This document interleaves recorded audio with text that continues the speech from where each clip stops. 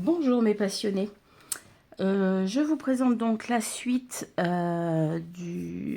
magazines réalisation au point de croix. Donc pour celui-ci c'est le numéro 48.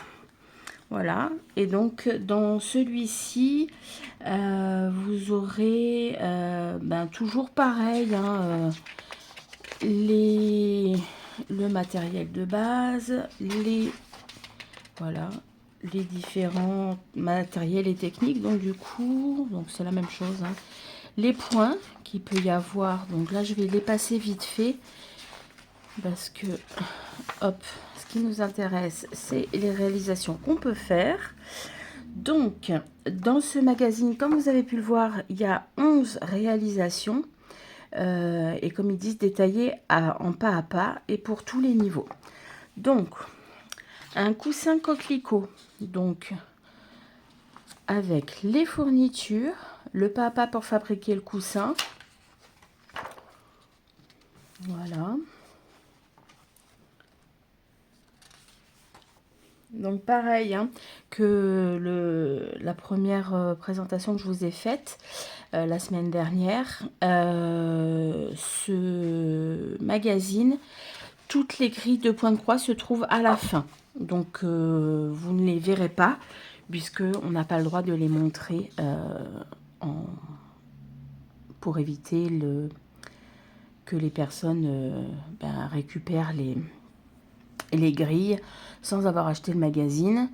Et puis moi j'ai pas envie d'avoir de problème avec ceux qui font le magazine. Voilà, donc après, donc la deuxième réalisation c'est un tablier Vichy. Donc toujours pareil, les fournitures, on vous explique comment faire le tablier.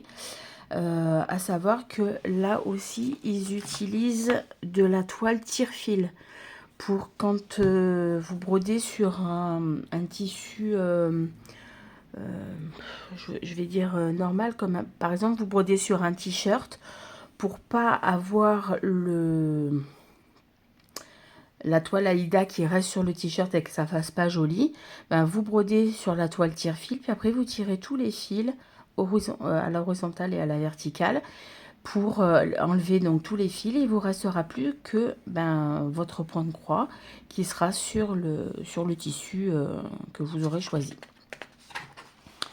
Voilà, donc là on vous explique tout pour fabriquer le tablier et après y mettre ce que vous aurez brodé par exemple là sur la poche, ou vous pouvez même, bon, vu que là c'est un tablier qui s'attache juste à la taille, mais si jamais vous décidez de fabriquer un tablier avec un plastron devant qui couvre votre poitrine, vous pouvez, au lieu de faire une poche, le broder en fait je sais pas moi, par exemple là apparemment c'est les initiales d'une personne, donc vous brodez le motif sur le plastron devant, et comme ça ça vous fait quelque chose d'original. Le panier d'été, donc on l'a déjà vu dans le précédent dans la précédente vidéo, celle de la semaine dernière, donc je vais pas vous le représenter. Voilà. Hop, la sortie de bain dauphin. Alors, je trouve ça dommage qu'ils remettent les mêmes réalisations d'un magazine à l'autre. Bon, après, le précédent magazine, c'était le numéro 41, et là, celui-là, c'est le numéro 48. Donc, peut-être que... mais bon, je comprends pas l'utilité. Autant mettre tout le temps, autant mettre des nouvelles grilles. Ça... Bref. Une sortie de bain dauphin pour couvrir bébé quand on le sort du bain. Donc toujours pareil, les fournitures, le pas à pas pour fabriquer donc la sortie de bain. Voilà. Une trousse de brodeuse. Alors, pour y mettre toutes vos aiguilles, vos fils et compagnie. Hop, donc là vous avez les fournitures, comment fabriquer la trousse. Et après, comment ils disent comment venir y mettre le motif que vous avez brodé. Un chapeau de printemps avec la liste des fournitures. Et le pas à pas pour fabriquer le bob. Parce que ce chapeau ressemble quand même étrangement à un bob. Voilà, donc le patron, voilà. Donc là, on vous a mis comment construire le patron. Et après, ben, comme tous les trucs comme ça, en fait, je pense que vous pouvez utiliser de la toile Aïda tire-fil pour pouvoir broder le motif sur le chapeau. Voilà. Un sac au coquelicot. Hop. Avec les fournitures, le pas à pas pour construire le sac. Et après, je vous explique comment épingler votre motif que vous aurez brodé pour le mettre dessus. Le coussin repose-tête, un petit coussin pour voilà, avec les fournitures et le pas à pas pour fabriquer le coussin. Voilà. Avec le patron du coussin.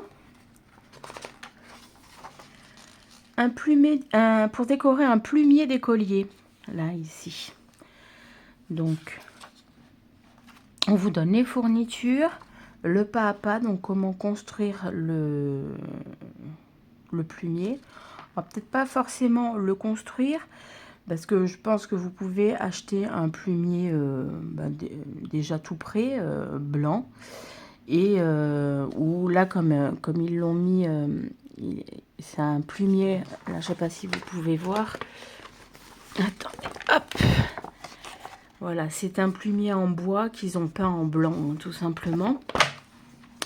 Et donc, sur le dessus, vous allez mettre ce que vous avez brodé.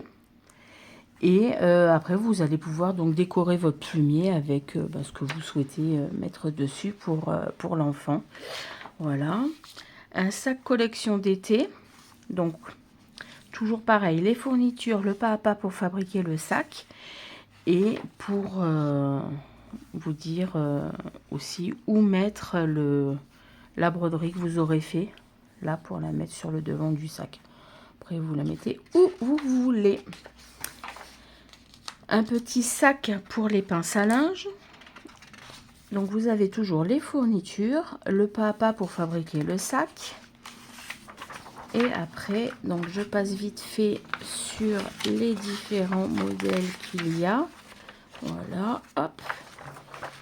Et à la fin du magazine, vous avez donc un petit récapitulatif de quelques réalisations qu'il y a à l'intérieur de ce magazine. Donc, pour les débutants ou ceux qui sont plus expérimentés, c'est idéal pour vous ce type de magazine.